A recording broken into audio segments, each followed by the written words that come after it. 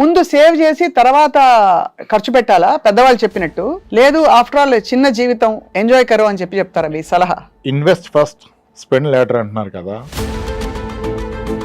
చాలా మంది ఎస్ఐపీలకు ఆప్ట్ చేసుకుంటారు. Tell us all about SIP, systematic investment plan. 8th wonder of compounding అని చెప్పి కానీ రూపీ కాస్ట్ యావరేజ్ చెప్తారు. కానీ నాకైతే పర్సనల్గా ఇప్పుడు ఒక వ్యక్తి మంత్లీ ఎస్ఐపి చేస్తున్నారు, ఒక 30,000, 50,000, ₹1,00,000 చేస్తున్నారు. ఇతని ఉద్యోగంలో ఇబ్బంది ఏర్పడింది, at the same time market crash అయిపోయింది.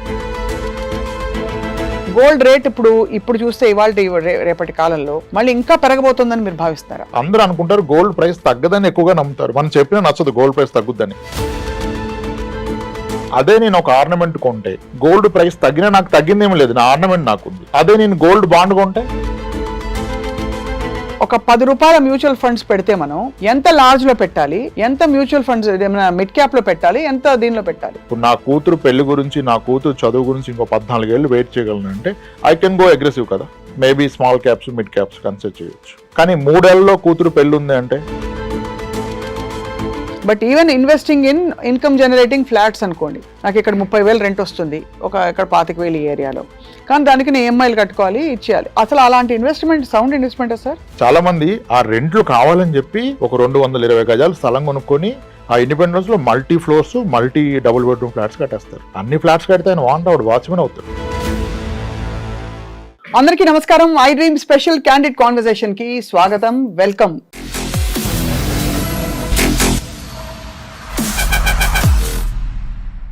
బేసికలీ డబ్బులంటే బాగా తాత్వికంగా ఉండే వాళ్ళకైనా సరే, లౌకికంగా ఉండే వాళ్ళకైనా సరే డబ్బు పట్ల ఒక విధమైన రెస్పెక్ట్, ఒక విధమైన ఇష్టం ఉంటుందన్నది ముమ్మాటికి నిజం. అందుకే ప్రతి పైసా ఎక్కడ పెట్టుబడి పెట్టినా, మన బీరువాలో దాచుకున్నా దాని వాల్యూ తగ్గకూడదని తపన పడిపోతూ ఉంటారు అందరూ. So once again here we're with Ram Prasad garu, అందరికీ సుపరిచిత financial planner, advisor and expert. చాలా మంది చాలా చిన్న తప్పులు చేసి ఇవాళ రూపాయి పెరుగుతుంది అనుకుంటారు, కానీ 10 ఏళ్ల తర్వాత చూస్తే అమ్మో తగ్గిపోయిందా అని అనిపిస్తుంది రియల్ వాల్యూలో. సో ఈ క్వశ్చన్స్ అన్నిటికీ ఆన్సర్స్ చెప్పడానికి రామ్ ప్రసాద్ గారు మరోసారి మనతో ఉన్నారు, వారితో మాట్లాడబోతారు. రామ్ ప్రసాద్ గారు నమస్కారం అండి. సో మీరు నెలకి ఎంత పర్సంటేజ్ సేవ్ చేస్తారు, ఆ సీక్రెట్ చెప్పండి సార్ ఫస్ట్ మీ ఎర్నింగ్స్ లో. అంటే అందుకే నేను నంబర్ అడగట్లేదు, నా ఖర్చులు తక్కువ కనుక చాలా ఎక్కువ చేస్తాను. ముందు సేవ్ చేసి తర్వాత ఖర్చు పెట్టాలా పెద్దవాళ్ళు చెప్పినట్టు? లేదు ఆఫ్టర్ ఆల్ చిన్న జీవితం ఎంజాయ్ కరో అని చెప్తారా మీ సలహా? మీరు అలా అడిగితే అంటే ఇప్పుడు చాలా ఇన్వెస్ట్ ఫస్ట్ స్పెండ్ లేటర్ అంటున్నారు కదా. అవును, అదంతా కరెక్ట్ కాదనిపిస్తుంది నాకు. అవునా? అదంతా కరెక్ట్ ఏం కాదు. Salary minus investments is equal to your expenditure అని చెప్తున్నారు. దాంట్లో స్లైట్ కరెక్షన్ ఏంటంటే salary minus insurance minus expenses is equal to your investment అవ్వాలి యాక్చువల్గా. సో నంబర్స్ తో తీసుకుందాం. మీరు ₹100 సంపాదిస్తున్నారు, అందులో ఇన్సూరెన్స్ అంటే ఏమిటి? Health insurance and life insurance. దానికి పెట్టుబడి పెట్టేదంతా తీసేయాలి, ఎందుకంటే అది లేని పక్షంలో మీ ఏ ఆస్తి కూడా సేఫ్ కాదు కదా.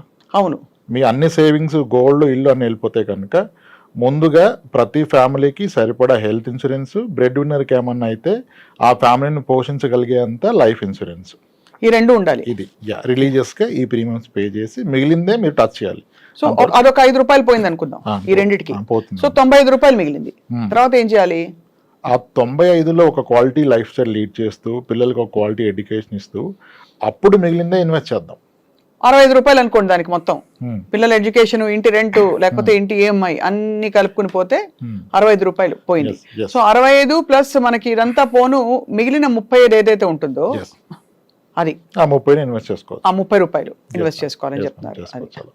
అది ఇప్పుడు అసలు పాయింట్కి వద్దాం. ₹30, ₹20 చేతిలో మిగిలినప్పుడు రామ్ ప్రసాద్ గారు చాలా మంది ఎస్ఐపీలకు ఆప్ట్ చేసుకుంటారు, ఎందుకంటే మనకి దాదాపు ఈజీ లిక్విడిటీ ఉంటుంది అండ్ మనం ఎంత ఎలా కావాలో ఎంత రిస్క్ తీసుకుంటున్నామో ప్లాన్ చేసుకోవచ్చు. Tell us all about SIP, systematic investment plan. Primary confusion, అందరూ మ్యూచువల్ ఫండ్స్ వేరు, ఎస్ఐపి వేరు అనుకుంటారు. Systematic investment plan is investing in mutual fund in a systematic way. వాయిదా పద్ధతిలో అప్పులు కొట్టడం అలవాటు అయింది, ఇప్పుడు వాయిదా పద్ధతిలో పెట్టుబడి పెట్టడమే SIP. Most popular is monthly SIP. ఈ మ్యూచువల్ ఫండ్లో అందరూ ఎయిత్ వండర్ ఆఫ్ కాంపౌండింగ్ అని చెప్పి కానీ రూపీ కాస్ట్ యావరేజింగ్ చెప్తారు, కానీ నాకైతే పర్సనల్గా లిక్విడిటీ ఈజ్ పవర్ అనిపిస్తుంది. ఓకే. ఇప్పుడు ఒక వ్యక్తి ₹1,00,000 జీతం ఉంది, అతని మినిమం సర్వైవల్ ఖర్చులు 30,000 ఉన్నాయనుకోండి. బేర్ మినిమం బ్రతకడానికి 30,000 అవుతుంది. ఫుడ్, జస్ట్ హోమ్లీ ఎక్స్పెన్సెస్కి, ఎడ్యుకేషన్ కాకుండా పిల్లలది 30,000 అవుతుంది. ఈ వ్యక్తి కనుక ఒక 30,000 పర్ మంత్ ఎస్ఐపి చేస్తే SIP is completely liquid. At any point of time ఎంత మేరకు కావాలి అంత తీసుకోవచ్చు, ఏ రోజైనా తీసుకోవచ్చు, ఈ రోజు పెట్టి రేపు తీసుకోవచ్చు. ఇప్పుడు ఏమవుతుంది, ఒక వ్యక్తి ఖర్చులు 30,000, ఇతను మంత్లీ 30,000 లాస్తున్నాడు, which is in liquid form. That means technically is buying 1 future month every month. ఇతను కనుక ఈ మంత్లీ ఒక మంత్ కొనుక్కోవటాన్ని ఒక 50 నెలలు కంటిన్యూ చేయగలిగితే ఇతని పాకెట్లో 50 నెలలు ఉన్నాయి. అదే, that is freedom, that is wealth. మీకు ఎంత ఆస్తుంది కాదు, ఎంత టైం మీ పాకెట్లో ఉంది. టైమ్ ఈజ్ ఫ్రీడమ్ కదా. అవును, ఇట్స్ నాట్ మనీ. ఆ లిక్విడిటీ ఈజ్ ది పవర్. అందుకని ఎస్ఐపి ఇంత ప్రమోట్ చేస్తున్నారు. పీపుల్ ఎక్స్పీరియన్స్ అయిన వాళ్ళు కూడా దాన్ని అంతగా ఇష్టపడుతున్నారు. అదే, ఇప్పుడు అది లాభాలు నష్టాలు పక్కన పెడితే మార్కెట్ వల్ల కొంచెం అప్ అండ్ డౌన్ అవ్వచ్చు కనుక, కానీ మీ అవసరానికి అయితే ఆదుకుంటుంది. అండ్ ఇంకొక గ్రేట్ ఫీచర్ ఏంటంటే, ఇప్పుడు ఒక వ్యక్తి మంత్లీ ఎస్ఐపి చేస్తున్నారు, ఒక 30,000, 50,000, ₹1,00,000 చేస్తున్నారు, ఒక 24 నెలలు పెట్టారు, ఇతని ఉద్యోగంలో ఇబ్బంది ఏర్పడింది, at the same time market crash అయిపోయింది. సో రౌండ్ ఫిగర్ 1 lakh, 24 నెలలు 24 లక్షలు పెట్టారు. అది ఎర్లియర్ మార్కెట్ బాగుండటం వల్ల 29-30 లక్షలకి వెళ్ళిపోయింది. ఇప్పుడు మార్కెట్ క్రాష్ అయిపోయి 20 లక్షలకి లేదా 19 లక్షలకి వచ్చేసింది. అవును, ఈ అవకాశం ఉంది. ఇన్వెస్ట్ చేసింది 24 లక్షలు, ఇది వెనక్కి వచ్చి 19 లక్షలు అయింది.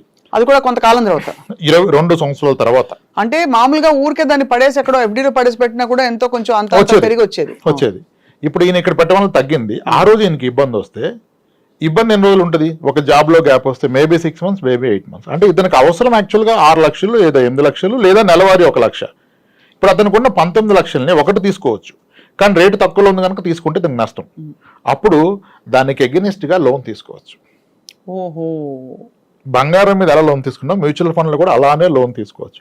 అప్పుడు నేను నా ఇన్వెస్ట్మెంట్ డిస్టర్బ్ అవ్వట్లేదు, ఇప్పుడు తక్కువ రేట్లో ఉంది కనుక లోన్ తీసుకొని రేపు పెరిగా కావాలంటే లోన్ క్లోజ్ చేసుకోవచ్చు. అది ఎలా క్యాలిక్యులేట్ చేస్తారు సార్, దాని యొక్క ఇంట్రెస్ట్ కానీ? Interest very reasonable, like personal loans కన్నా కాస్త తక్కువలో ఉంటుంది, 10%, 10.5%. అది అనే డైలీ బేసిస్ కౌంట్ చేస్తారు. You need not to pay EMI. ₹1,00,000 తీసుకుంటే రోజుకి ఇంత అని పే చేయాలి, ఎన్ని రోజులు వాడితే అన్ని రోజులకి కడతారు. ఓడి లోన్ లాగా ఓవర్ డ్రాఫ్ట్ లోన్ ఇస్తారు కదా, అలా. అది కూడా చాలా గ్రేట్ ఫీచర్. మొత్తం అలా తీసేసుకోకుండా దాని మీద లోన్ తీసుకుని మళ్ళీ అది సహజ స్థితికి వచ్చి పెరిగాక అప్పుడు లోన్ క్లోజ్ చేసి విత్డ్రా చేసుకోవడం, కంటిన్యూ చేయడం చేయాలంటారు మీరు. ఆ నష్టంలో కూడా నష్టాన్ని మనం తీసుకోవట్లేదు. డబ్బు తగ్గిన మాట నిజం, ఆ తగ్గిన రేట్లో కొనట్లేదు కదా. ఇప్పుడు గోల్డ్ 7,000 గ్రాము కొన్నాను, రేపు 6,500 లేదా 6,000 అయింది. ఆ రోజు నాకు డబ్బు అవసరం ఉంటే నేను దాన్ని 6,000కి అమ్మితే నాకు నష్టం, గ్రాముకు ₹1,000. అదే దాన్ని నేను లోన్లో పెట్టి తీసుకుంటే డబ్బు అంతే కదా. ఇంకోటి, ఈ లోన్ తీసుకునే క్రమంలో మనకి నార్మల్గా మనం లోన్ అనగానే పర్సనల్ లోను, హోమ్ లోన్ అంటే మీకు సిబిల్ ఉందా, ఇన్కమ్ ఉందా, ట్రాక్ రికార్డ్ ఎలా ఉంది అంటారు. ఇక్కడ ఏం అవసరం లేదు, నో సిబిల్, నో ఇన్కమ్. కరెక్టే కదా. అది అద్భుతంగా పనికొస్తుంది చాలా మందికి. ఇది చాలా మందికి ధైర్యాన్ని ఇస్తుంది. ఇవాళ రేపు మీ లైఫ్ లో రిస్క్ ఏంటి అంటే అందరు చెప్పేది జాబ్ పోతే ఏమవుతుంది, జాబ్ పోతే you get free time, you can go on vacation. How can it be? మీ డబ్బు ఉంటే వెళ్ళొచ్చు. జాబ్ పోతే భయం ఏంటి, జాబ్ పోతే హ్యాపీనే, ఇంట్లో ఉండే హ్యాపీగా రావాలి, కానీ ఎలా లైవ్లీహుడ్ అంటారు కదా, దానికి ఇది బాగా హెల్ప్ అవుతుంది. అవును, ఇప్పుడు 24 నెలల్లో 24 లక్షలు పెట్టారు ఒక వ్యక్తి, ఇంకో వ్యక్తి 24 నెలల్లో 24 లక్షలు ఒక చిట్టి ముందుగా పాడి ఒక స్థలం కొన్నాడు అనుకోండి. అవును, ముందుగా చిట్టి పాడి 30 లక్షల చిట్టి 25 లక్షలకు పాడి స్థలం కొన్నాడు, దాన్ని చిట్టి కడుతున్నాడు. ఆయన చిట్టి కట్టం అయిపోయింది, ఈయన 24 లక్షలు మ్యూచువల్ ఫండ్ లో పెట్టాడు. రేపు మార్కెట్ బాగోలేదు, రెసిషన్ వచ్చింది, క్రాష్ అయితే రియల్ ఎస్టేట్ కూడా పడిపోతుంది. కానీ ఫట్టుమని దానికి మీకు బయ్యర్ దొరకడు, ఎక్కడో కొన్న స్థలం మీద మీకు లోన్ రాదు. అసలు రియల్ ఎస్టేట్ అంటేనే ఇప్పుడు భయం వేస్తుందండి బాబాయ్. లాస్ట్ టైం అంటే మామూలుగానే అసలే దాని టైటిల్ సరిగ్గా ఉన్నాయా అవన్నీ ఒకటి, రెండోది వెంటనే పోదు, చాలా కష్టం కాదు, ఎప్పటికీ పోదు. అది అదే అమ్మే వాళ్ళకి తెలుస్తుంది, పైన అమ్మనంత వరకు ధైర్యంగా ఉంటాం. అండ్ మనం ఏదో పడి అక్కడ దొరుకుతామా అంటే అది కాదు, ఏం చేసుకుంటాం. అదొక illiquid asset. It is not a usable asset, non usable, non available, you need to carry it. అవును, చాలా మంది వీళ్ళు అమ్మలాగా పిల్లకి అంటగడతారు, అవును.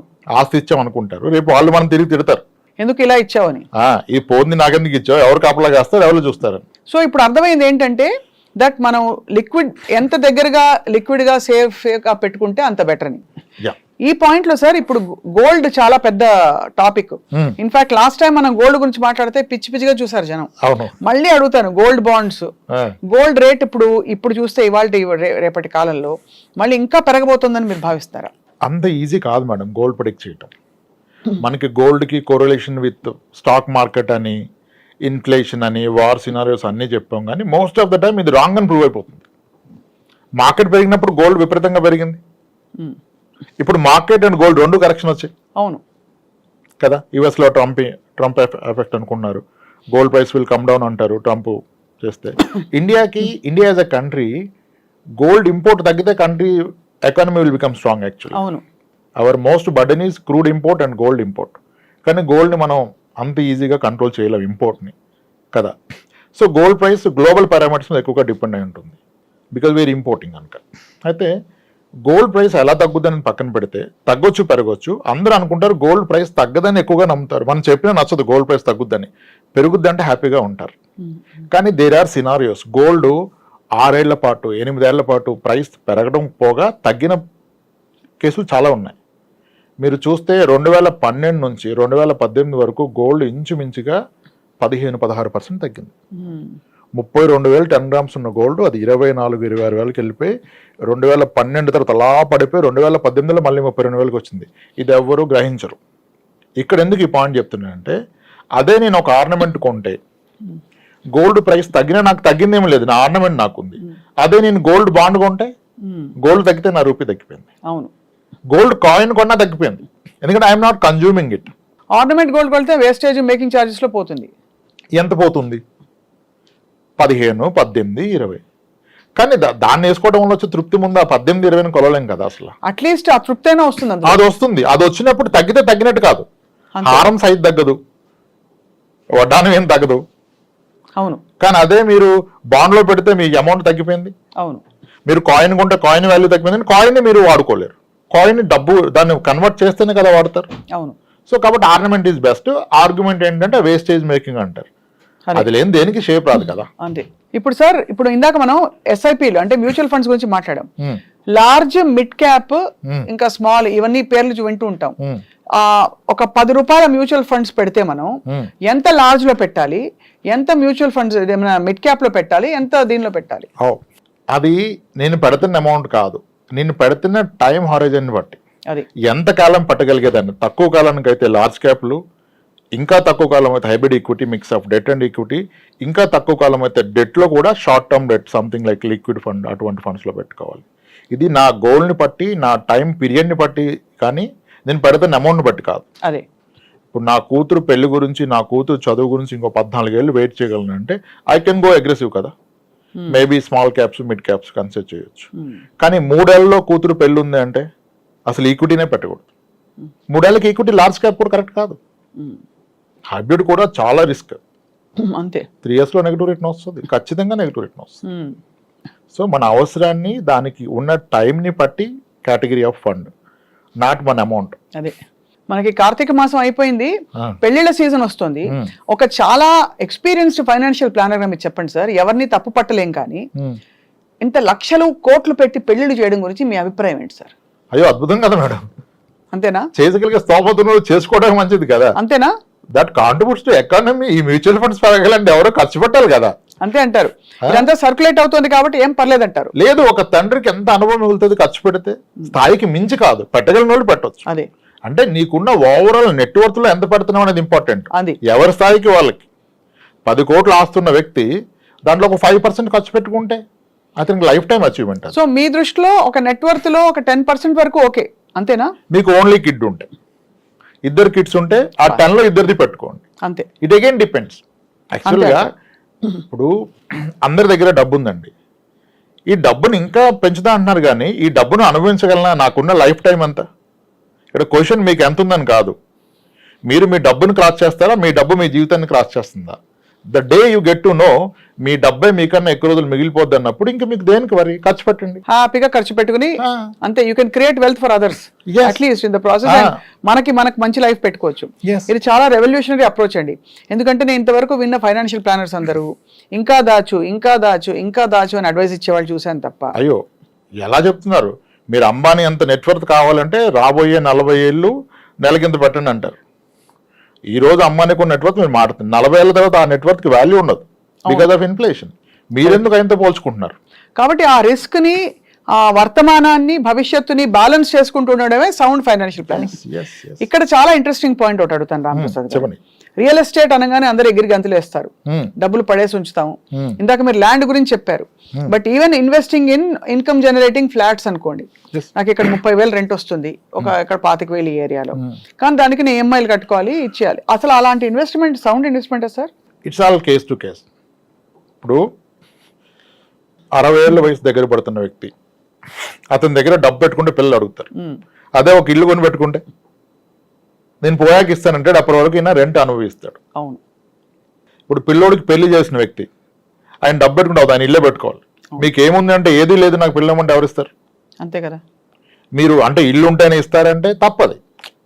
ఇప్పుడు ఒక అమ్మాయి తండ్రి గాను అన్నగాను అతను నా చెల్లి కానీ నా కూతురు వెళ్తే ఎలా ఉంటుందని ఆలోచిస్తాడు కదా.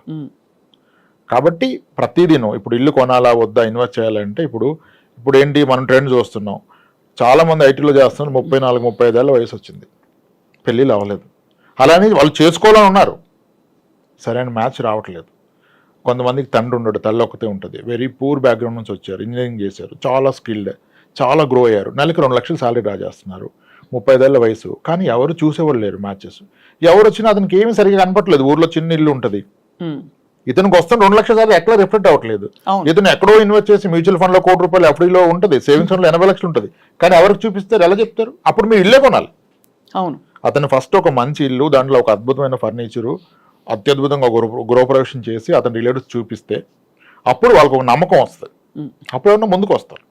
నువ్వు అంత బాధ మనసులో పెట్టుకొని అవ్వట్లేదని, ఇంకా అవుతుందా లేదన్న భయంతో ఉంటే నీకు హెల్త్ పాడైపోతుంది. నువ్వు సాలబిలిటీ లేదు కదా. అవును. ఏం చూసిస్తారు? కరెక్ట్. బ్యాంక్ అకౌంట్ బ్యాలెన్స్ ఎవరు చూడరు కదా. ఇప్పుడు అది అయిపోయింది, మొదటి పర్పస్ అయిపోయింది. నేను చాలా మంది చెప్తాను, ఇన్వెస్ట్ చేస్తాంటే వద్దు ఆపేసేయండి, ముందు మీ మీద ఇన్వెస్ట్ చేసుకోండి, మంచి కారు కొనండి, మీ అమ్మగారికి పలానా నగలు చేపించండి, మీరు ఇల్లు కొని ఇంట్లో అద్భుతమైన ఫర్నిచర్ పెట్టండి, పెళ్లి చూపులు మీ ఇంట్లో పెట్టుకోండి, చూపించండి, తీరాలి, అవి ఉండాలి, తప్పే ఉంది కదా. అది చేశాక నేను ఇంకొక ఇల్లు కొంటానంటే అప్పుడు పెట్టుబడి పరంగా ఆలోచించాలి. నేను పెట్టే పెట్టుబడి ఎంత, నాకు వచ్చే రేట్ ఎంత. మొదటి ఇంటికి పెట్టుబడి కాదు, అది మీ కన్జంప్షన్. అవును. ఇలా అంటే ప్రతి వ్యక్తికి, ఇప్పుడు పెళ్లి కాని వ్యక్తి ఇల్లు కొంటే తప్ప అవ్వదు, వయసు దాటిపోయాక. సార్ ఇవాళ రోజుల్లో డబ్బులు చేతిలో ఫ్రీగా ఉంటే తప్ప 1.5 కోటి పెట్టందే ఒక మామూలు ఫ్లాట్ కూడా రావట్లేదు. అవునండి. అంటే ఒక ఇన్కమ్ జనరేటింగ్ ఫ్లాట్ రావట్లేదు. మిగతా చోటంతా 10,000-15,000 రెంట్, అది ఏ మూలకి పనికిరాదు. ఓ 40,000 రూపాయలు రెంట్ రావాలంటే 1.5 crores మినిమం పెట్టాలి కదా. మరి దానికి కనీసం ఎంత మధ్యతరగతి వాళ్ళు చూసుకుంటే కనీసం ఎంత పెట్టుబడి డౌన్ పేమెంట్ పెట్టినా ₹1 కోటి అయితే వాళ్ళు లోన్ తీసుకోక తప్పదు. అవును.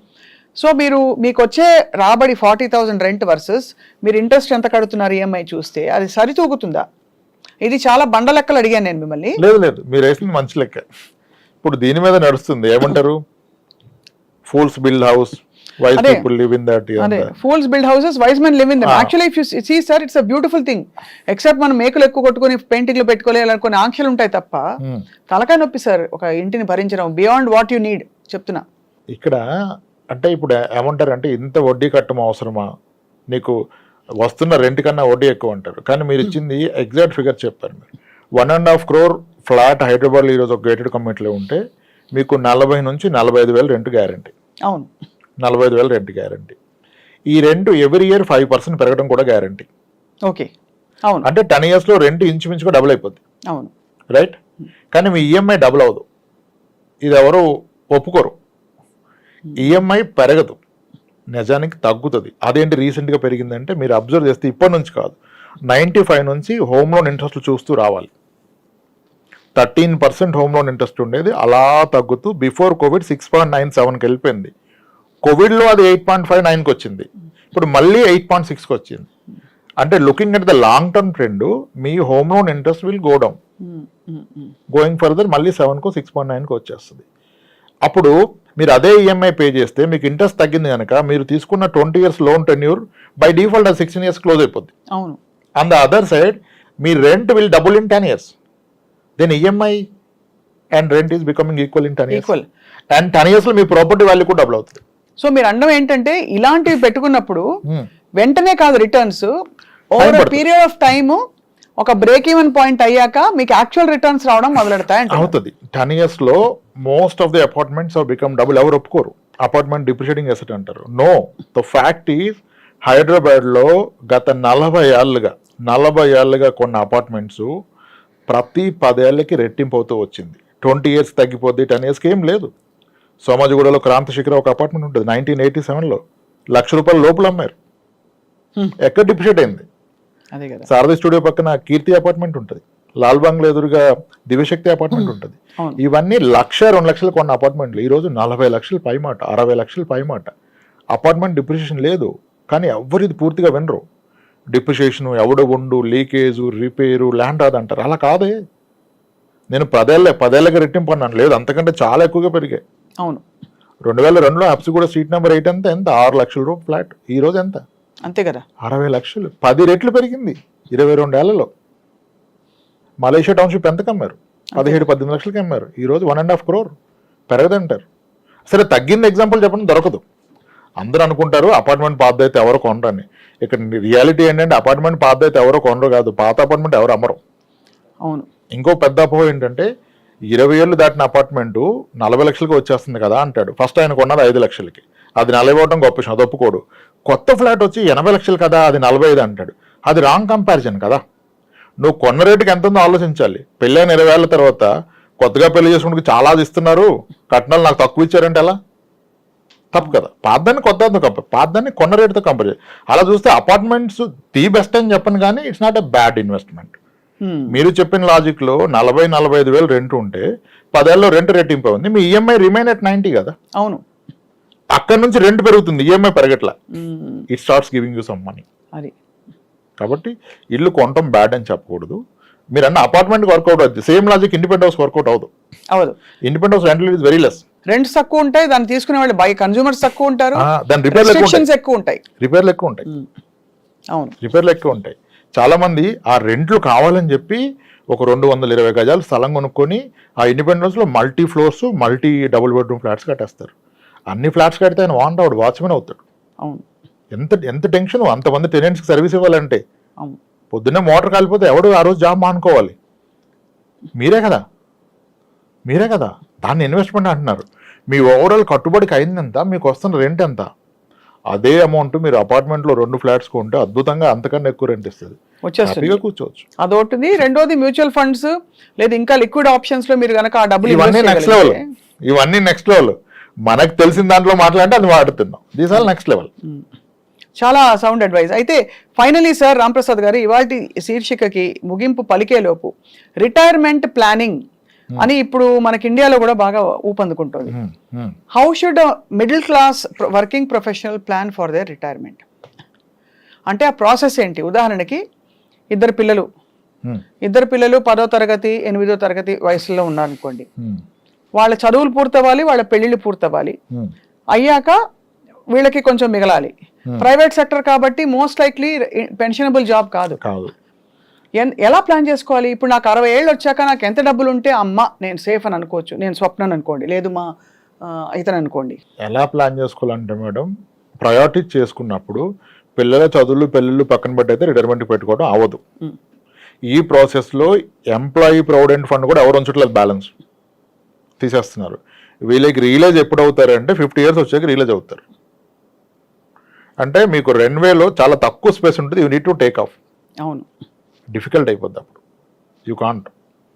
సో అందుకనే ఆ ఆలోచన ఎర్లీగా వస్తే you will able to make something.